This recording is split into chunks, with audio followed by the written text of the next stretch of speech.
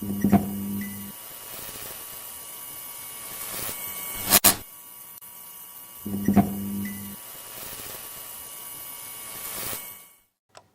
it going, everybody? Pete here at Spawn Fly Fish, and today we are tying a shrimp so that we can go and fish the jetty now that it's starting to clear up. The ocean's calming down a little. So if tossing flies off the jetty for a rockfish or lingcod sounds like a fun thing, by all means, let's tie some flies. Alright, so in the vise today, we've got the Ahrex PR360, which you can see is a little jig hook here. This is a size 4, and to make sure we have enough weight to get down for this jetty deal, I've got the Spawn football bead 7.5 millimeter, and this is the color peach. So to hold everything in place, I've got some non-lead .020, and we'll give it about 9 or 10 wraps here. I'm not gonna add a ton of weight, but a little bit, so that's good. And the biggest advantage of using this weighted wire here today is that we're going to jam it into the back of that bead a little bit, give a couple shimmies, and now that bead is going to stay exactly where I want it. Clip the back using the inside portion of my scissor, just round that cut edge over. We're ready for some thread, and today I've got some fluorescent fire orange from Veevus. This is 140 denier. Let's trim that tag. Alright, so now let's get a couple passes of thread over those weighted wires. Little angle here on the first couple passes, and then we'll come straight on with the third and make sure that bead's exactly where we want it, because it's definitely not moving after this. Alright, let's come back down to, I want to creep down this curve just a touch. So right about like that. Any more, I feel like I'm going to cheat some of that hook gap. So this is where I'm going to start, if you will. And just to make things easy, I'm going to leave it upside down for now. And first thing we want to tie in, this stuff's tough to grab here, some Shaggy dub. Senyo's Shaggy dub, and this is hot orange. And this is going to be our beginning here to give us some movement and some mouth parts. So just going to fold it over the thread like so, bring the thread up to the hook shank, give one turn, and now you see it's all held together on the hook. So at this point I just re-grip, bring it out all over the hook point or hook bend, and then securely tie it down. Now I've got this ugly, uncontrolled mess of mouth parts, but the nice thing is they're all flowing out over the back of the hook, so I can go in and do whatever I want to after this. But for now, I'm just going to kind of let them hang out there for a little bit. I see I've got one trapped leg. Go ahead and remedy that. Easy. So our next step here is we're going to add some easy shrimp eyes. This is the size medium, color black.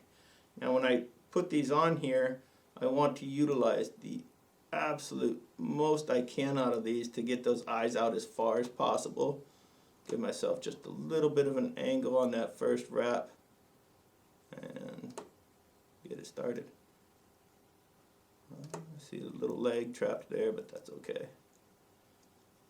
We'll survive.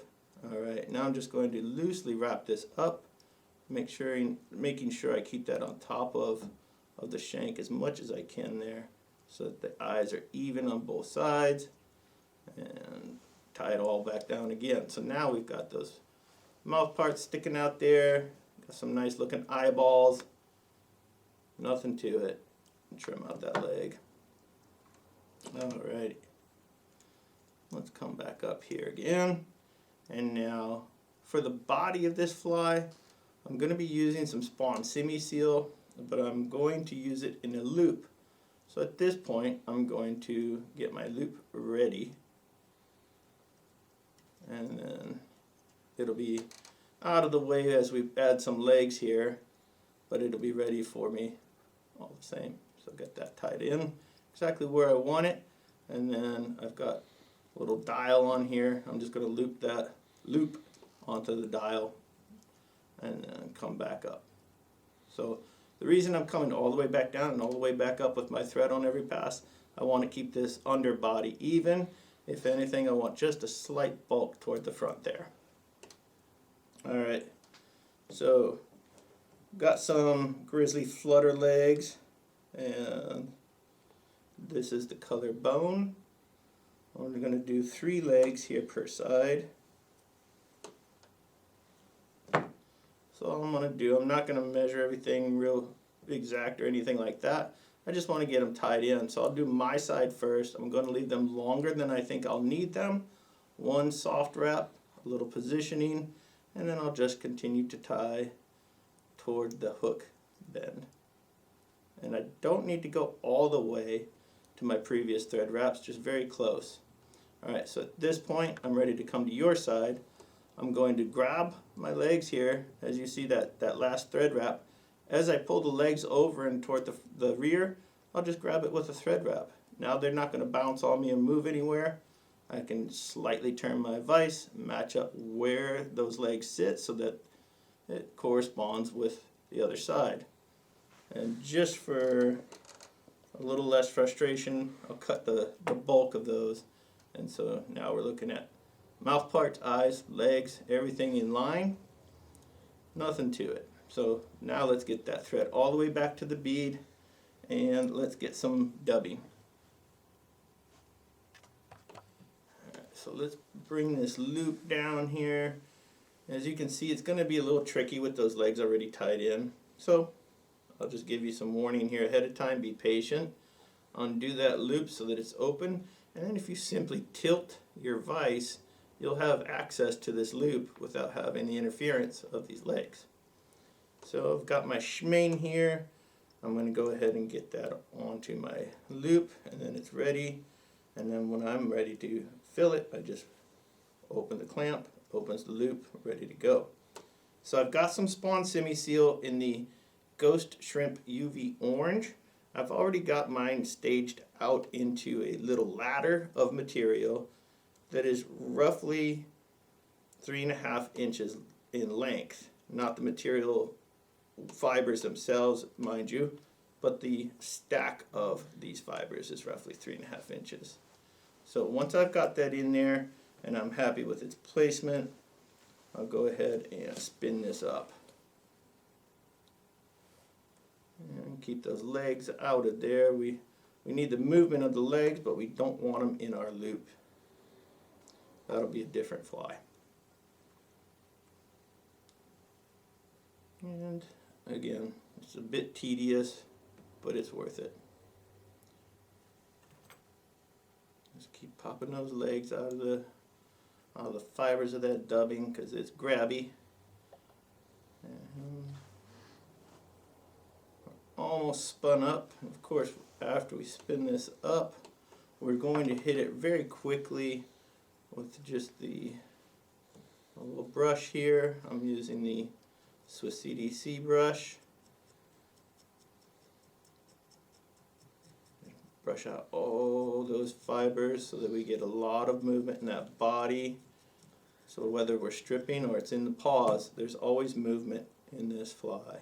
Alright, if there's a tricky part to this, this is it. I'm going to pull these legs back for this first wrap.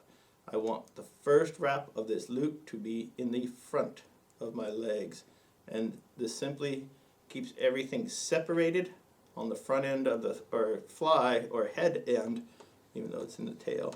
And then as I come around, I'm going to pull your side of these legs back. So you now see it props them out to the side, and then all I have to do from here is simply wrap all the way up this body to the bead, and my legs should stay splayed out to the sides. If they don't, is it the end of the world? Of course not. Will you catch the same number of fish? Probably. So all that I'm telling you is make these flies your own. Put your own twist on it. Make yourself happy at the vise. You'll tend to come back to it more often, and you'll have more fun on the water catching fish on what you planned as being the best option. When it works, it's a good feeling. Alright, so we're almost to the end of this loop here. And one more wrap. Catch that loop. I'm going to undo my Schmin dubbing twister and then solidify that tag end of the loop by coming over itself. And now I can come in and trim out that tag end of thread. Boom. Go back to our brush here. And you can get as aggressive as you'd like at this point. Let me get those fibers coming out of there. You see that UV comes out now, and really makes a difference. Taking your time, brush this out. You went to all that work to make a nice brush or loop. Get this whole thing done up.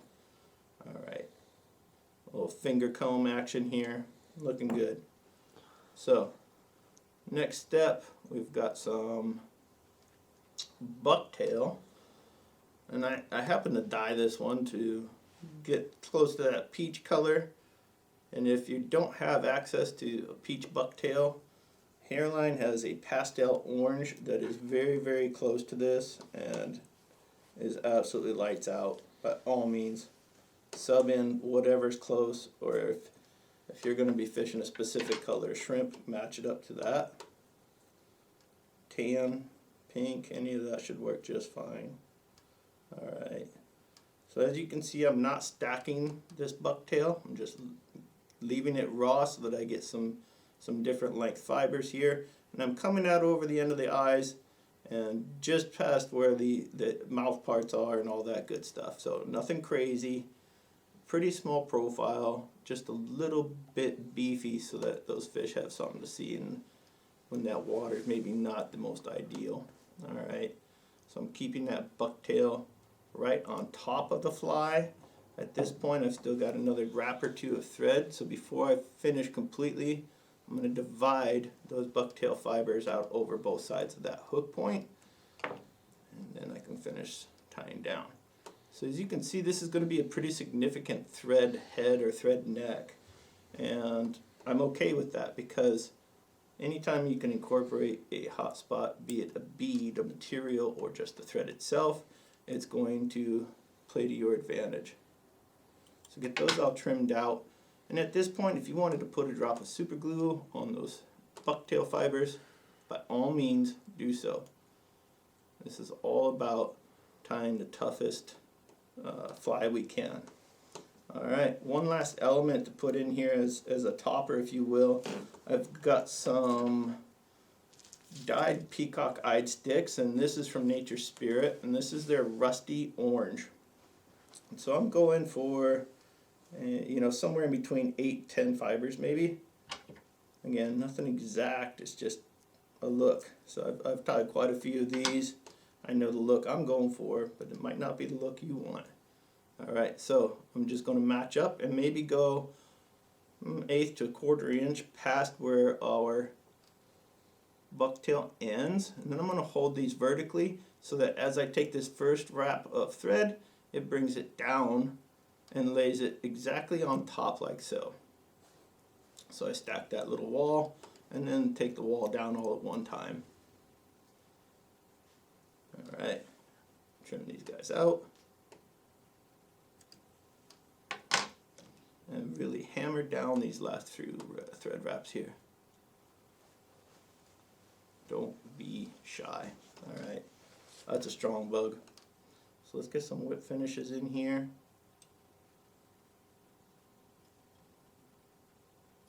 I'm going to do 2 whip finishes. There's our first one. And here goes our second one.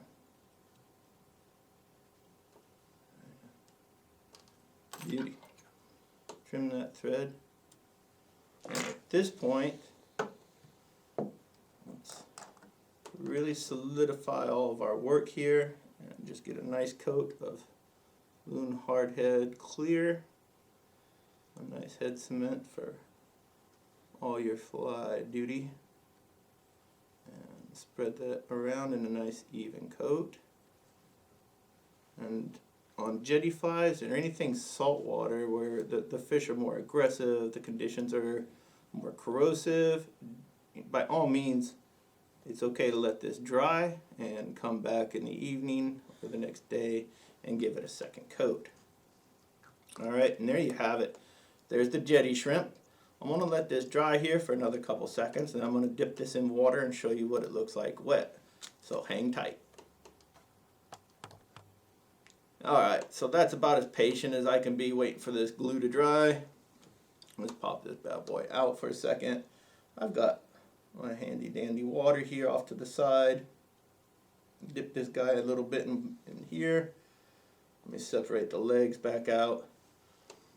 And